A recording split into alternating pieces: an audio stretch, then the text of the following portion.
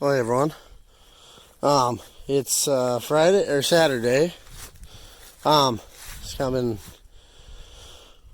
been rainier, wet this whole week, but this morning it's 21. So thought kind of the weekend plan I got is to get everything put away. I forgot about putting these away, but I still got one left over there that I got put away. So then we got that side too. But first off, I want to talk about the steers. So as you saw, I took them in. Auction was on Monday. They ended up weighing 575 pounds. Not as much as I was hoping, but that's what it is. But just so everyone knows, I did turn the positive on them. So,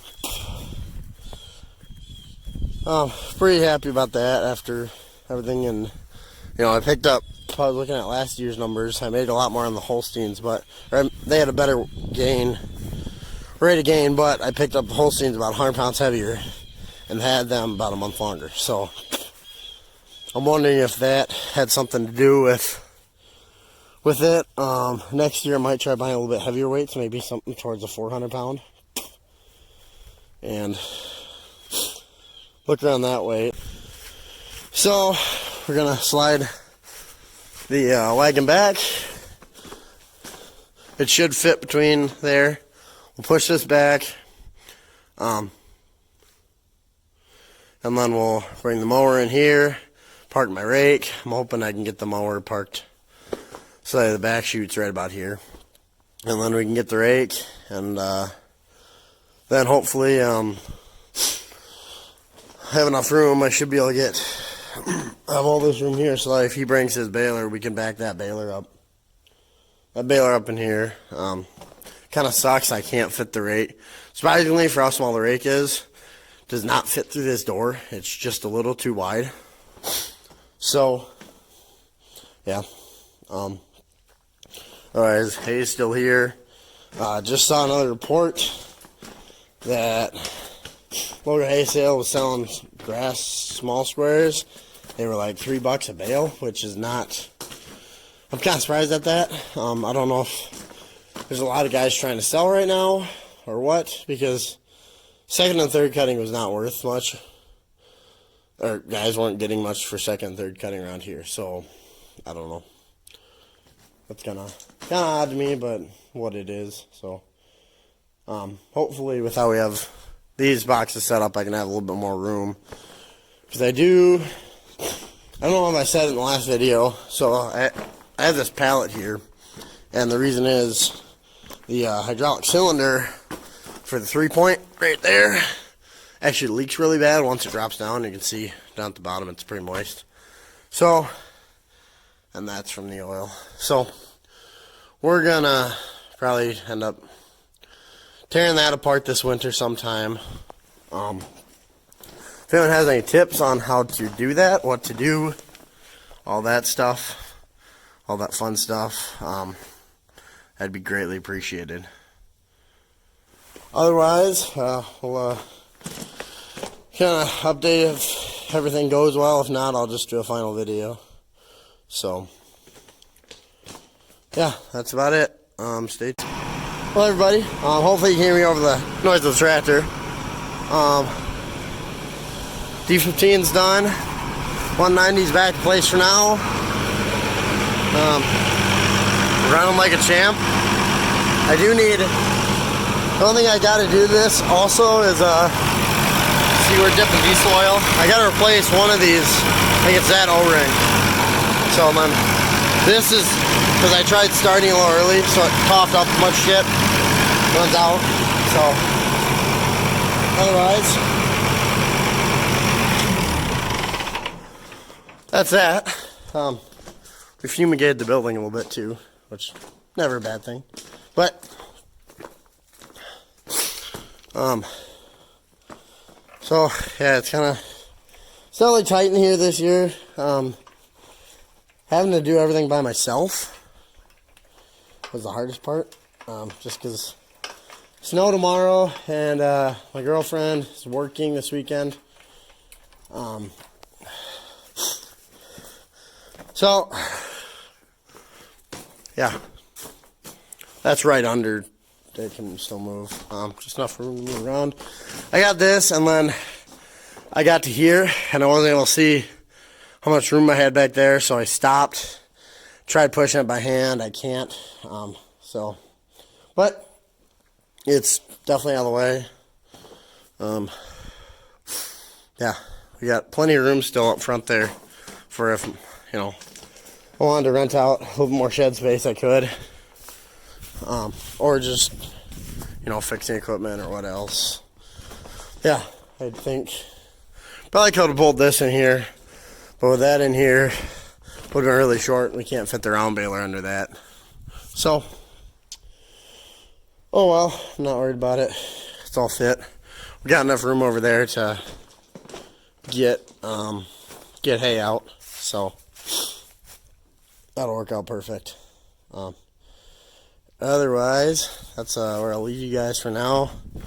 I don't really know.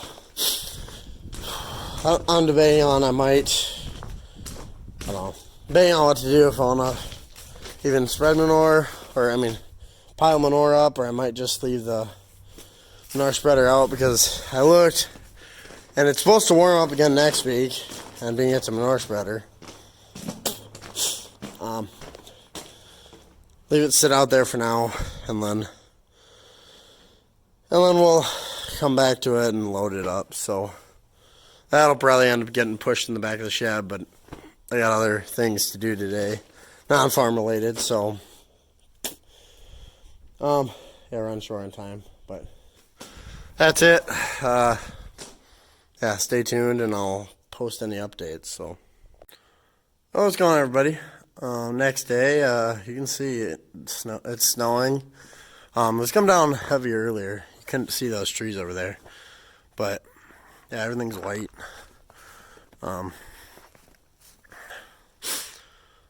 White, I don't know, maybe an inch, maybe 2 inches, I don't know. It's enough where I tried backing up, and I actually started slipping a little bit.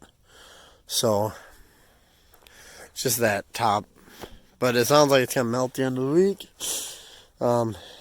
It's wet. The ground's definitely not ready for it, so it's just going to be some extra moisture, which we'll take any that we can get. So thought I'd do, because I've had a couple people talk to me that they don't really know much about allis. Some people have driven them. Some people I know have driven WD-45. So thought I'd do kind of an overview as the D series and the 190, kind of the differences. So I want to say first off, allis did not make a independent PTO until it was the 2000 series. When I say independent, I mean hitting the clutch. Anytime you got pushing the clutch, PTO stops. So this is a gas, and basically the D is I think it's 40 something horse. So a lot of these did not come with their standard 3-point. This is actually must be an aftermarket deal, or this might be the later series, because on the D-17 up until Series 4, it was still snap coupler, and they didn't start offering a 3-point on their tractors. So this is Series 2. I've never looked up the year. I want to say, I thought I was told it was a 57 or a 58, but don't quote me on that. So they got the seat, which actually, if I was to loosen that up, the adjustment, it flips back, or right there, it swivels. So it's got two positions, which is nice for, if you're changing operator, or I just flip it back when I want to go. So you got your basic, your 3-point here. This is for the traction booster system. There is your PTO, forward to engage, back to turn off. It only has, I think this only came solid with one, but I have the front mounted pump on it, so that gives me full control with the loaders. And that comes off, runs off the engine. So, and then your standard D had the power director, which was designed for, a lot of it I heard was set up for the rotobaler. The rotobaler, if you don't know what that is, look it up. There's plenty of videos. It's basically one of the first small squares, or small round balers that were made. So that was designed to move forward, engage, pop it back. Well, this, I don't know, this is a shuttle in it. I don't know how many of these they were made, but it's forward, neutral, reverse. So, and then I only, the thing that sucks is it only has 4 gears instead of, normally that'd be your high-low. So, I don't know, it's for what it is. It's a handy little tractor. Yeah, everything's pretty much at your control right in front. The worst part is, if I'm wanting to do something, say I'm looking back, well, it's kind of hard to push this forward. It's a two-hand operation. You're really not paying attention to what's behind you. So that's kind of where, like, when I have the blade on, I pull back, and then you got to stop and hit your brake at the same time. So that's kind of one of the problems I have with it. But otherwise, handy little tractor. Basics, I wouldn't mind getting a D-17. I would love to get a D-17 Series 4, but I also want a narrow front, so that might be something that I've looked at. I'll mention that in the future, but still a little yard tractor. Everyone seems to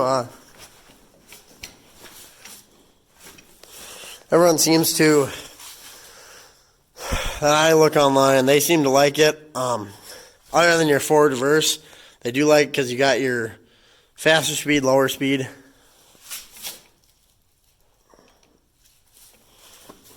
I just noticed that I was fairly bent, so, and I do catch my coat on that sometimes. Yeah, otherwise, not a bad little tractor. I got the manure bucket. I possibly had the opportunity to buy a snow bucket for it, but because what I'm mainly going to be doing with it is moving manure. So I use it generally as a skid loader. I think next year we're just going to run the 190 on the rake. The tire on this side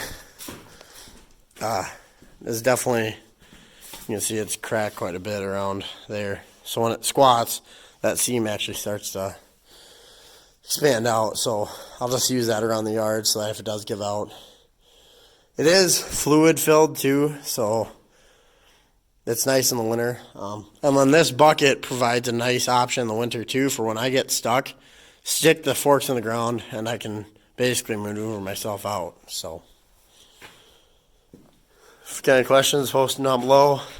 There's a front mounted pump with the protective guards on it. So, and then the other thing that Allis did different is their hydraulic cylinders on their loaders are actually underneath versus a lot of them I see, or some are actually on top.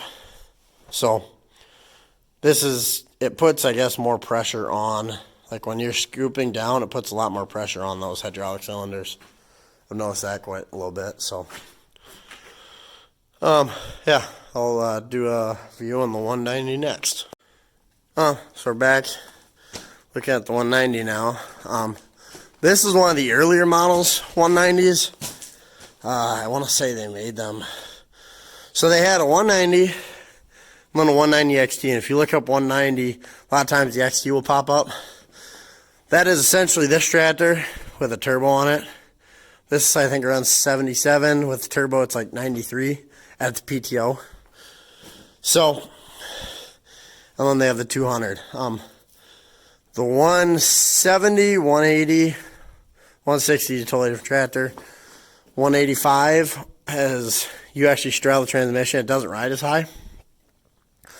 And they also have, the diesel tank is not on the back, whereas mine is. Makes it a hell of a lot easier for filling, where I can just pull my truck up behind it and pump into it. The other ones, they had the fuel tank right there. So, you can see it's got a fairly high clearance, except when you get back to the drawbar, which actually sits fairly low. I wish that it would actually be flipped and be above that, but and then, as I said, all the way up until the 7000 series, you had to use the clutch to disengage the PTO, but it's not a full independent PTO. This is a diesel, for anyone that's wondering, and this is it's a platform series, and also it has the console control. That's nice. Well, number one, they moved this stick instead of being right there like it is on the 15. They moved that forward, and then it's just a rod that runs back to my gear selection. So, then of course you got your brake. You got all your gears. Essentially 4. This gives you your 2, high-low, throttle, hydraulics, 3-point, and then that's all for your draft settings. And there isn't a cup holder on this, but the thing that I like is I just take that container, and that works well as a cup holder. And then you got your PTO on your left side. So it's not too bad. It's nice. It's a nice open station. You have a lot of visibility around you. Yeah, I've never had issues with it except with the old transmission, and then at the bottom here you got, that's your transmission. That's for your hydraulics. Hydraulic steering is all the same. Your transmission's different. I think that's how that works. But yeah, that's a review on the 190. This is one of the earlier models. So, and on this too, the seat sits on the diesel tank. So, yeah, that's it. It's probably all I'll get for you guys. Probably won't post anything tomorrow since it's gonna be sloppy. But just want to say thanks everybody for watching, and remember to like, comment, and subscribe. I'll see you later.